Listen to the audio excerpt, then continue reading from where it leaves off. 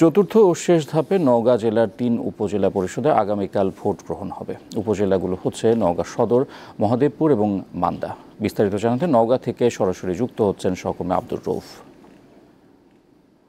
ভোটকে কেন্দ্র করে ৩ উপজেলায় প্রতিদ্বন্দ্বী প্রার্থীরা কোনো অভিযোগ করেছেন কিনা জানাবেন, আর আইন শৃঙ্খলা পরিস্থিতি কেমন দেখছেন?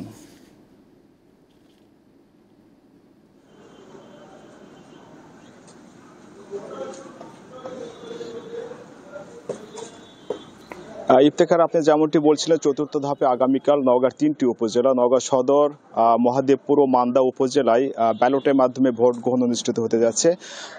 ইতিমধ্যেই কিন্তু এই একটু সুষ্ঠু, সুন্দর এবং নিরপেক্ষ একটু পরিবেশ, উৎসবমুখর পরিবেশে ভোট গ্রহণ অনুষ্ঠানের লক্ষ্যে সংশ্লিষ্ট কর্তৃপক্ষরা ইতিমধ্যে সকল প্রস্তুতি সম্পন্ন করেছে। আজকে সকাল থেকেই ৩টি উপজেলার সহকারী রিটার্নিং কর্মকর্তারা নিজ নিজ কেন্দ্রে প্রিজাইডিং অফিসারদের মাধ্যমে নির্বাচনের সরঞ্জামগুলো পাঠিয়েছে। এছাড়া কিন্তু আপনার গতকাল মধ্যরাত থেকেই কিন্তু আপনার নির্বাচনে যে প্রতিদ্বন্দ্বী প্রার্থী আছে তারা কিন্তু তাদের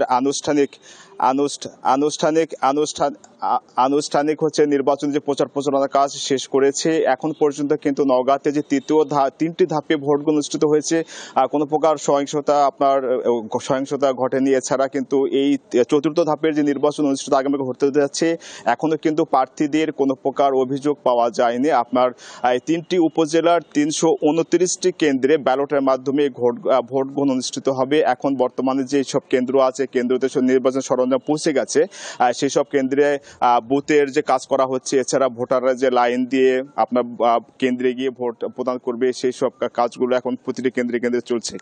আমার সাথে কথা হয়েছে নওগাঁর পুলিশ সুপার মোহাম্মদ রাশিদুল হকের সাথে। তিনি জানিয়েছেন যে প্রথম থেকে তৃতীয় ধাপ পর্যন্ত নওগাঁর নির্বাচনে কোনো প্রকার সহিংসতা ঘটেনি, তাই চতুর্থ ধাপেও যেন কোনো প্রকার নির্বাচনে সহিংসতা না ঘটে, একটি উৎসবমুখর শান্তিপূর্ণ পরিবেশে ভোটাররা ভোট কেন্দ্রে গিয়ে ভোট প্রদান করে। এর জন্য নিরাপত্তার জন্য চতুর্থ স্তরে নিরাপত্তা ব্যবস্থা গ্রহণ করা হয়েছে। এছাড়া কিন্তু আপনার মোবাইল টিম হিসেবে বিজিবি, র্যাবের দল থাকবে। এছাড়া পাশাপাশি কিন্তু আপনার হচ্ছে সাদা পোশাকধারী পুলিশও থাকবে। এছাড়াও কিন্তু প্রতিটি ইউনিয়নের জন্য একজন করে নির্বাহী ম্যাজিস্ট্রেট তাদের নিরাপত্তা ব্যবস্থা প্রদানের জন্য কিন্তু থাকবে।